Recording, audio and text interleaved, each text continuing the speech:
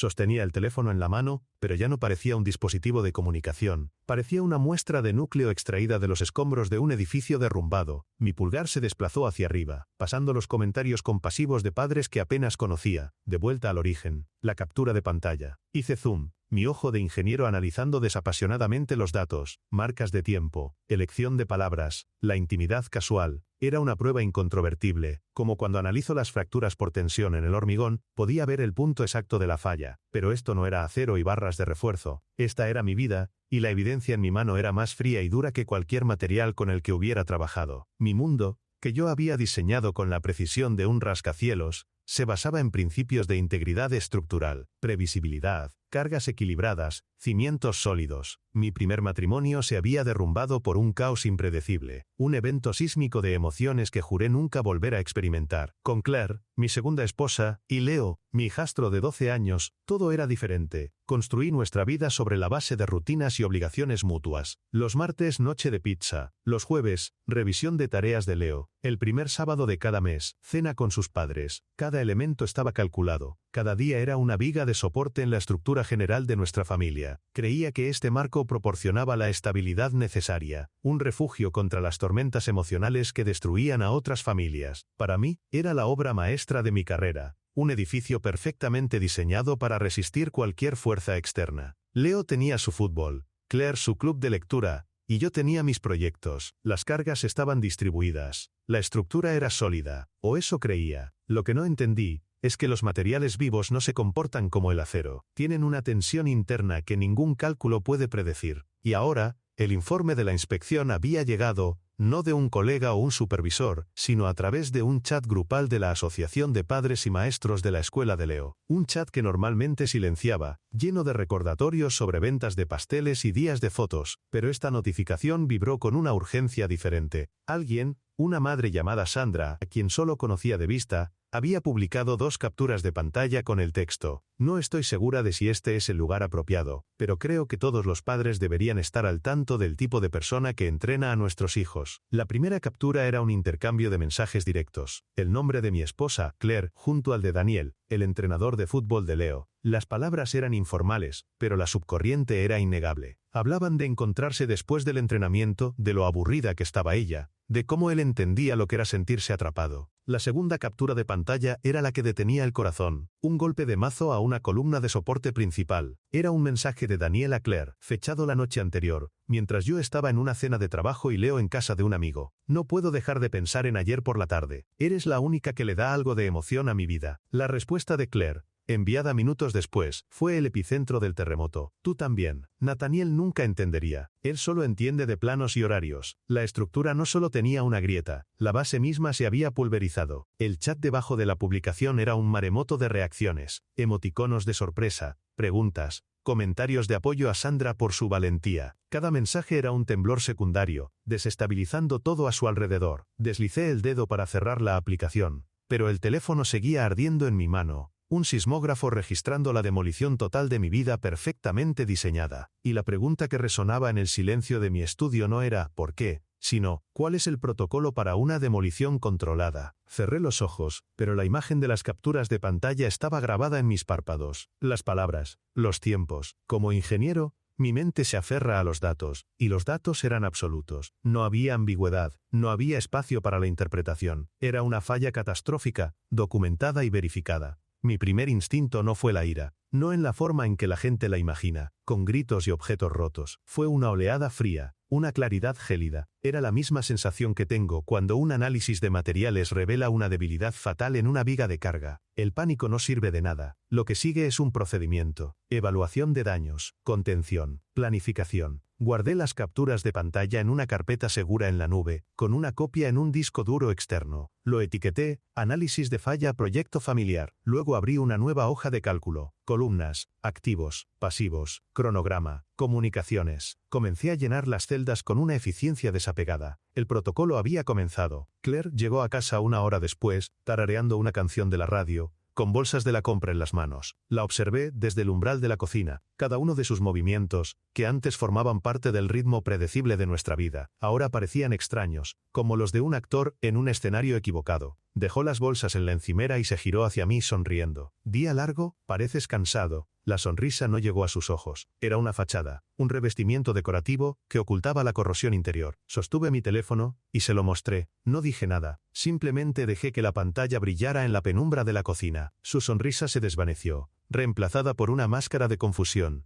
luego de reconocimiento y finalmente de pánico. Sus ojos se movieron rápidamente de la pantalla a mi cara, buscando una reacción, una grieta en mi compostura. No encontró ninguna. «Nate, puedo explicarlo. No es lo que parece». Su voz era el sonido del metal doblándose bajo una tensión insoportable. «Es exactamente lo que parece, Clark», respondí, mi voz monótona, calibrada. «Los datos son claros. Una serie de comunicaciones privadas, un encuentro no revelado, una declaración de insatisfacción con la estructura actual y una confesión de intimidad emocional y presumiblemente física. La integridad del acuerdo ha sido comprometida de forma terminal». Me miró como si estuviera hablando un idioma extranjero. «¿Acuerdo? ¿Estructura? Nathaniel, esta es nuestra vida. No es uno de tus estúpidos proyectos de construcción». Ahí estaba, el caos que tanto había trabajado por contener. La emoción cruda, impredecible. «Nuestra vida era mi proyecto más importante», corregí, «y ha sufrido una falla de diseño fundamental. Procederé en consecuencia». Me di la vuelta y caminé de regreso a mi estudio. Ella me siguió, su voz subiendo de tono. «¿Qué significa eso? ¿Vas a llamar a tu abogado? ¿Así de simple? Sin siquiera pelear por nosotros». Me detuve en la puerta de mi estudio y la miré. «La pelea ocurre cuando hay una posibilidad de salvar la estructura. Esto no es una reparación, Claire. Es una demolición controlada. Mañana por la mañana, mi abogado se pondrá en contacto con el tuyo. Nuestro acuerdo prenupcial es muy claro en cuanto a cláusulas de infidelidad. Te sugiero que lo revises. Creen que fui frío, quizás, pero cuando descubres que los cimientos de tu edificio más preciado fueron construidos sobre arena movediza, no intentas apuntalar las paredes. Planificas la explosión más limpia y eficiente posible para poder despejar los escombros y evaluar lo que queda. Y en ese momento, lo único que me importaba salvar de los escombros era Leo. No tenía idea de que, para él, yo era el que sostenía el detonador. El impacto de la revelación había pasado. Ahora comenzaba la fase de demolición, y los daños colaterales estaban a punto de volverse incalculables. La mañana siguiente, la casa estaba en silencio. Un silencio pesado, denso, como el aire antes de una tormenta. Clara había dormido en la habitación de invitados. Vi su coche salir del garaje antes del amanecer. Era un alivio. La presencia de variables emocionales incontrolables complicaba el procedimiento. La primera llamada fue a mi abogado, un hombre llamado Marcus que compartía mi aprecio por la eficiencia y los contratos blindados. Le envié por correo electrónico la carpeta Análisis de falla. Su respuesta fue inmediata. «Nathaniel, esto es hermético. La exposición pública en el chat del colegio es devastadora para su posición. Procederemos exactamente como lo planeamos la última vez que revisamos el prenupcial. Rápido y limpio». Me sentí tranquilo. El plan estaba en marcha, el caos estaba siendo contenido por el procedimiento, pero entonces tuve que enfrentar la variable que ninguna hoja de cálculo podía predecir. Leo estaba en la cocina, con su uniforme de fútbol puesto, aunque no tenía entrenamiento hasta la tarde. Estaba removiendo su cereal, la cuchara chocando rítmicamente contra el tazón. Me senté frente a él. «¿Todo bien, campeón?» No levantó la vista. «Mamá se fue muy temprano. Estaba llorando». Tragué saliva. Esto era como caminar sobre un terreno inestable. «Leo, tenemos que hablar. Tu madre y yo estamos teniendo algunos problemas. Problemas serios». Finalmente me miró. Sus ojos, que solían brillar con la emoción del próximo partido, estaban nublados por la confusión. Por el entrenador Daniel. Mi corazón se detuvo. Por supuesto que lo sabía. Los niños ven todo, y en la era digital, las noticias viajan a la velocidad de la luz entre sus teléfonos. «¿Cómo sabes de eso?» Se encogió de hombros, mirando de nuevo su tazón. Algunos chicos en la escuela estaban hablando de eso, de una publicación de la mamá de Kevin. La humillación pública se extendía como una mancha de humedad, pudriendo todo a su paso. Lo que sea que hayas oído, es complicado, pero lo importante es que sepas que esto no es tu culpa. Fue lo peor que pude haber dicho. Su cabeza se levantó de golpe, sus ojos llenos de una furia que nunca había visto en él. ¿Complicado? Mamá dijo que te irías. Dijo que la estás echando. Su voz se quebró. El entrenador Daniel es mi amigo. Es la única persona que realmente habla conmigo de fútbol. Tú solo preguntas si hice mis deberes. Cada palabra era un golpe. Un impacto imprevisto en la estructura de mi autoridad como padre. Intenté razonar, volver al terreno de la lógica. Leo, El entrenador Daniel no es la persona que crees que es. Le hizo daño a tu madre y a nuestra familia. Tú le hiciste daño, gritó, poniéndose de pie de un salto. La silla se cayó hacia atrás con un estruendo. Ella nunca era feliz aquí, era como vivir en un museo. Todo tiene que estar perfecto todo el tiempo. Por eso se fue con él, porque él es divertido.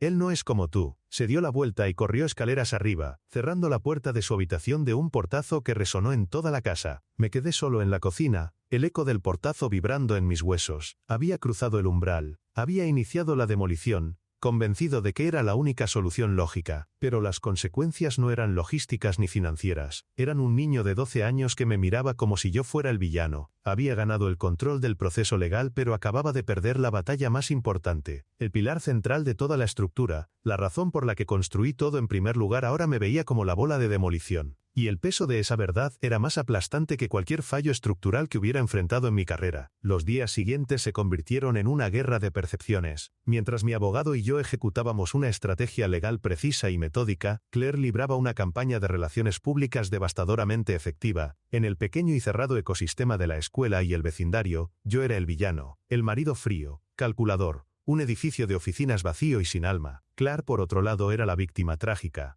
Una mujer que se sentía tan sofocada por mi rigidez, que buscó un poco de calor humano en el lugar equivocado. Las madres del chat de la PTA que antes me saludaban con sonrisas cordiales, ahora apartaban la mirada o me ofrecían miradas cargadas de una compasión que se sentía como un insulto. Dejé de ir a los partidos de Leo. Mi presencia en la grada era una distracción, una fuente de susurros y miradas de reojo. Veía a Daniel, el entrenador, desde la distancia, moviéndose con una confianza arrogante, consolando a los padres, actuando como si fuera un pilar de la comunidad, en lugar del epicentro de mi desastre personal. Leo se retiró a un silencio hostil. Nuestras conversaciones se redujeron a monosílabos. ¿Hiciste la tarea? Sí. ¿Qué quieres para cenar? Da igual. Se pasaba horas encerrado en su cuarto o en el jardín, pateando un balón contra la pared con una furia monótona. Cada golpe era una acusación. La casa, antes un santuario de orden, ahora se sentía como una zona de alto riesgo, llena de minas emocionales. Este estrés constante empezó a filtrarse en mi trabajo, el único lugar donde aún sentía que tenía el control. Estábamos en la fase final de diseño de un nuevo puente colgante, un proyecto de gran envergadura que definiría mi carrera. Estaba revisando los cálculos de la carga de viento, un proceso que había hecho cientos de veces. Mi mente debería haber estado allí, en las ecuaciones diferenciales y los modelos de fluidos. En cambio, estaba en el campo de fútbol, en el chat de la PTA, en la puerta cerrada de la habitación de Leo. Fue un joven ingeniero de mi equipo, un chico brillante llamado Ramos, quien encontró el error. Entró en mi oficina, con una expresión de nerviosismo, sosteniendo una copia de mis cálculos. Señor Nathaniel, ¿puedo mostrarle algo? Creo que hay un error en el factor de amortiguación de las oscilaciones. Tomé los planos, mi primera reacción fue de irritación defensiva. Era imposible. Mis cálculos eran siempre impecables, pero mientras seguía su dedo por las complejas ecuaciones, sentí una oleada de frío. Había transpuesto dos variables, un error simple, un desliz de 1 milímetro en el plano, pero con consecuencias potenciales catastróficas. En el peor de los casos, bajo ciertas condiciones de viento, el puente entraría en resonancia, se balancearía hasta el punto de la falla estructural. Me quedé mirando la hoja pero no veía números, veía titulares, comisiones de investigación, el final de mi carrera. La estructura que había construido para protegerme del caos se estaba derrumbando, y ahora las grietas aparecían en mis propios cimientos profesionales. Mi jefe, un hombre pragmático y directo, me llamó a su oficina esa misma tarde. No me acusó, pero su preocupación era palpable. Nathaniel, Ramos me mostró los cálculos. Sé que estás pasando por un momento personal difícil. Aprecio que lo hayas construido todo para nosotros, pero la seguridad pública es la prioridad número 1. Necesito que te tomes un tiempo libre, una licencia. Despeja tu cabeza. Cuando estés listo para volver al 100%, tu puesto estará aquí. No era una sugerencia, era una orden. Salí de la oficina sintiéndome completamente despojado. La estructura de mi vida familiar estaba en ruinas. La estructura de mi reputación social, demolida. Y ahora, la estructura de mi identidad profesional, la única que creía infalible, había sido declarada insegura y clausurada. Estaba en una caída libre, y por primera vez en mi vida, no tenía ni idea de cómo calcular el impacto. Una semana después de mi licencia forzosa, llegó la llamada de Marcus, mi abogado. Su voz era tranquila, victoriosa. Se acabó, Nathaniel. Acaban de firmar. Claire ha aceptado todos los términos. El torrente de pruebas, La humillación pública y la férrea cláusula de infidelidad de nuestro acuerdo prenupcial la habían dejado sin opciones. El acuerdo era una obra maestra de la demolición legal. Yo me quedaba con la casa. La custodia física primaria de Leo era mía. Sus derechos sobre mis activos futuros quedaban anulados. Logísticamente, fue una victoria aplastante,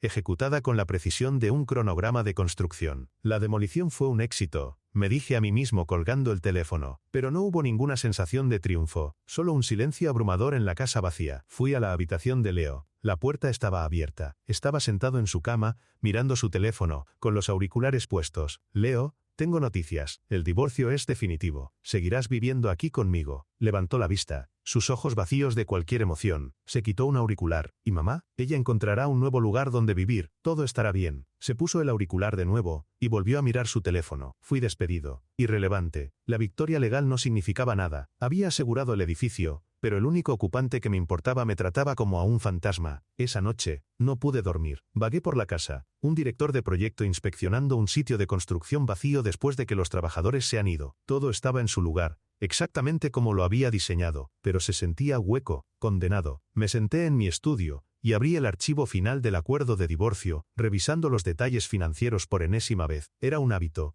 verificar los planos finales, y fue entonces cuando lo vi. Un apéndice detallando una transferencia de fondos significativa que Claire había hecho desde su cuenta de ahorros personal, justo antes de que congeláramos los activos. Un pago de casi $100.000 a una empresa llamada Daniels Champions Academy LLC. Junto a la transferencia, había una copia del plan de negocios que ella había presentado como justificación del gasto. Un intento de su abogado por clasificarlo como una inversión legítima en lugar de un regalo a su amante. Movido por una curiosidad puramente profesional, empecé a leerlo. Al principio, era jerga empresarial estándar, proyecciones de crecimiento, análisis de mercado, estrategias de adquisición de clientes. Pero a medida que avanzaba, mi cerebro de ingeniero empezó a detectar anomalías. Eran como pequeñas grietas en el hormigón, invisibles para el ojo inexperto, pero para mí, gritaban peligro. Las proyecciones de ingresos eran demasiado optimistas, asumiendo una tasa de inscripción que superaba la capacidad física de las instalaciones que describía. Los costos operativos estaban groseramente subestimados. El presupuesto para equipos no cubriría ni la mitad de lo necesario. Seguí leyendo, mi pulso acelerándose. El plan mencionaba la adquisición de un terreno para un nuevo complejo, pero una búsqueda rápida en el registro de la propiedad del condado no mostró ninguna transacción a nombre de la LLC o de Daniel. Era una fachada. Una estructura bellamente presentada en papel, pero sin absolutamente ninguna base en la realidad. Los números no cuadraban. La logística era imposible. No era un plan de negocios defectuoso. Era una completa fabricación. Era un fraude. Me recliné en mi silla, el aire desapareciendo de mis pulmones. Esto cambiaba todo. El asunto no había sido solo una aventura impulsiva, un escape de una vida que ella encontraba sofocante. Había sido el preludio de algo mucho más siniestro. Daniel no solo le había robado el corazón, la había estado preparando para desplumarla. Y yo, con mi demolición legal precisa y despiadada, acababa de dejarla sin nada, completamente a merced de un estafador. Mi victoria perfecta acababa de revelarse como el golpe de gracia para la mujer que una vez amé. La revelación me golpeó con la fuerza de un fallo estructural inesperado. Durante semanas, había operado bajo un conjunto claro de suposiciones: infidelidad, traición, fin del matrimonio. Era un problema con variables definidas. Ahora, todo el modelo se había derrumbado. Claire no era solo una adúltera, era una víctima. Y Daniel no era solo un amante, era un depredador. Mi demolición controlada,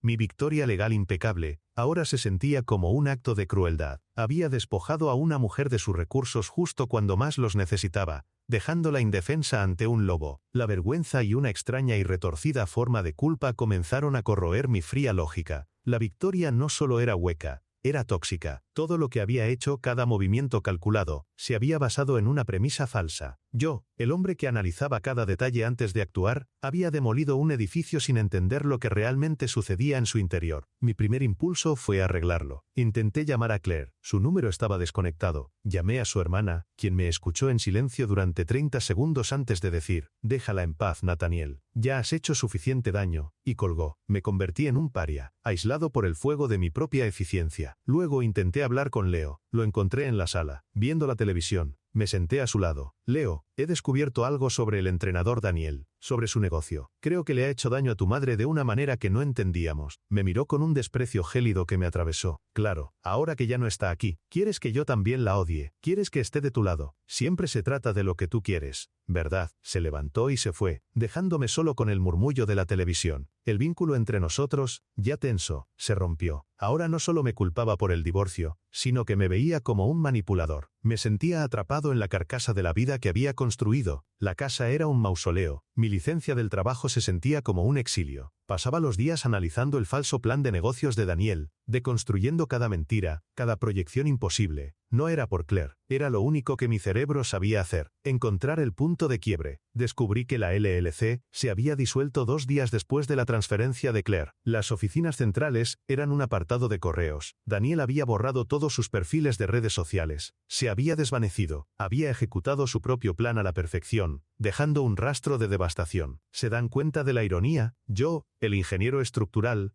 obsesionado con la permanencia y la solidez, había sido derrotado por un hombre que construía estructuras de aire y las demolía sin dejar rastro. Llegué a mi punto más bajo una noche, sentado en el suelo de mi estudio, rodeado de los planos del puente que casi arruiné, y los documentos de la estafa que destruyó a Claire. Todo lo que había construido, mi familia, mi carrera, mi autoestima, estaba en ruinas. Mi búsqueda de un orden perfecto, mi fobia al caos, había creado un entorno tan estéril y predecible, que había hecho a mi esposa vulnerable a la primera persona, que le ofreció una emoción impredecible. Mi rigidez no había prevenido el colapso, lo había causado. Yo no era el ingeniero que protegía la estructura, yo era la falla de diseño, y en ese silencio aplastante, me di cuenta de que había calculado mal la carga más importante de todas, el incalculable y desordenado peso del corazón humano. No había ningún plan. Por primera vez en mi vida, actué por puro instinto, una fuerza gravitacional de responsabilidad que me arrastraba hacia el desastre que había ayudado a crear. Usé mis habilidades no para construir sino para encontrar. Rastreé la actividad de la tarjeta de crédito de Claire, un último recurso desesperado que mi abogado me desaconsejó. Vi una serie de pequeñas transacciones, cada una más desesperada que la anterior, que terminaban en un motel barato en las afueras de la ciudad, un lugar al que la gente va cuando no le queda ningún otro sitio a donde ir. Conduje hasta allí bajo una lluvia fina y constante. El letrero de neón del Sunset Motor Inn parpadeaba, con la S apagada. Encontré la habitación, la 214, y llamé a la puerta. El sonido fue hueco, débil contra la madera barata. Se abrió una rendija. La cara de Claire estaba pálida y demacrada. Al verme intentó cerrar la puerta, pero puse mi mano en ella, sin fuerza, solo como una barrera. Claire, no he venido a pelear. Me dejó entrar. La habitación era pequeña, olía a ambientador rancio y a desesperación. Una maleta abierta yacía en el suelo, su contenido desparramado. Claire se sentó en el borde de la cama deshecha, abrazándose a sí misma. No dije nada sobre el divorcio, sobre nosotros. Saqué los papeles de mi maletín, una copia de su inversión, y mis propias hojas de análisis,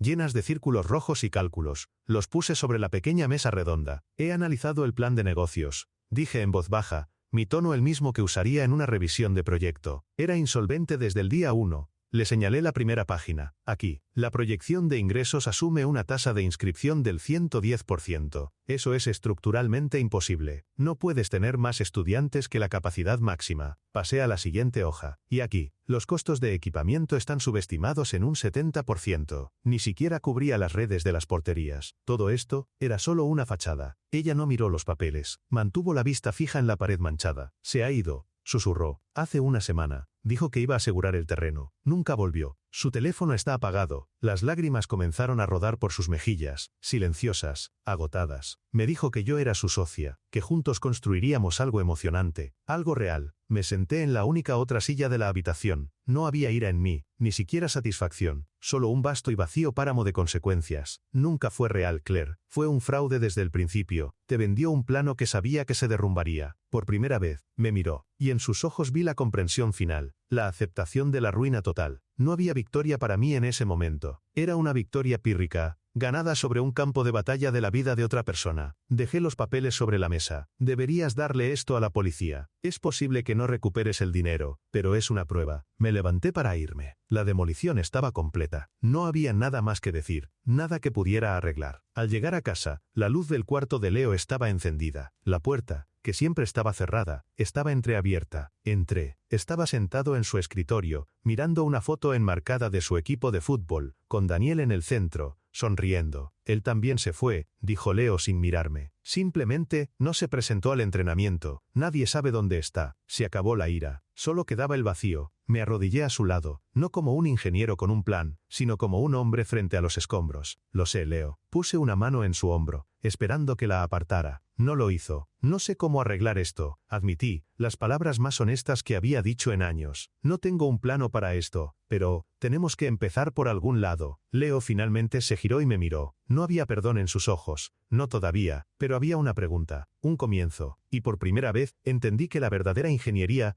no consiste en prevenir el colapso, sino en aprender a reconstruir desde los cimientos, sobre el terreno inestable e imperfecto de la vida real.